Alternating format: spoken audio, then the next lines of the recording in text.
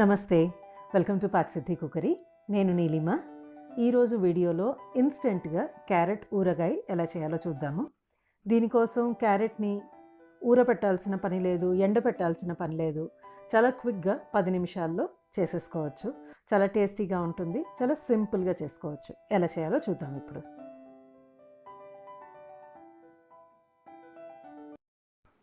దీనికోసం నేను 2 క్యారెట్లు తీసుకున్నాను.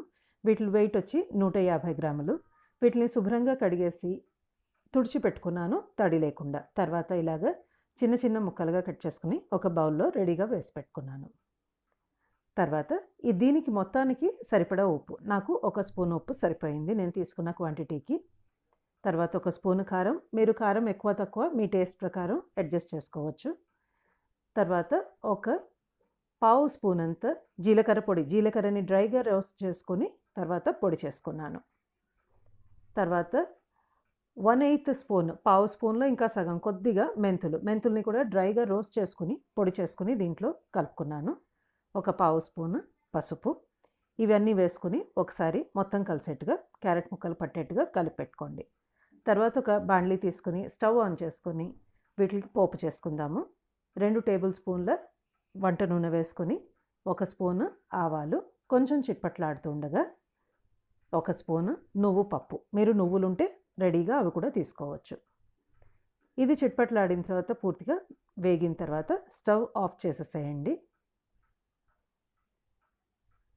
ఎర్రగా వేగినాయి. తర్వాత ఒక పావు స్పూను ఇంగువ. మనకి నూనె వేడి సరిపోతుంది, అందుకనే స్టవ్ ఆన్ లేకపోయినా పర్లేదు. స్టవ్ ఆఫ్ చేసుకుని వేడి నూనెలో ఇంగువ వేసుకుని ఒకసారి కలిపేసుకోండి. తర్వాత దీంట్లో మన క్యారెట్ మిక్స్చర్ ఏదైతే రెడీగా పెట్టుకున్నామో అన్ని పొడులు వేసుకున్నది దాంట్లో ఈ పోపు వేసుకుని బాగా కలిసేట్టుగా కలుపుకోండి. మనం ఇంగో ఘాట్ని బట్టి కొంచెం ఎక్కువ తక్కువ ఇంగ వేసుకోవచ్చు.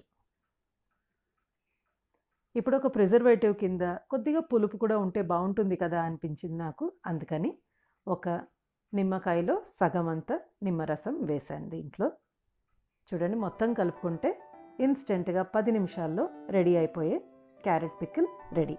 ఇది బయట పెట్టుకుంటే ఒకరోజు మాత్రమే బాగుంటుంది, వాసన వస్తుంది. లేదంటే అదే ఫ్రిడ్జ్లో పెట్టుకుంటే 1 వారం పాటు ఏ చెడు వాసన రాకుండా ఫ్రెష్గా ఉంటుంది. తప్పకుండా ఒకసారి ట్రై చేసి చూడండి. చాలా క్విక్గా అయిపోయే క్యారెట్ పచ్చడి అందరికీ నచ్చుతుంది. ఈ రెసిపీ కనుక మీకు నచ్చినట్లయితే లైక్, షేర్, సబ్స్క్రైబ్ చేసి పాక్సిద్ధి కుకరీని తప్పకుండా విజిట్ చేయండి. Bye bye.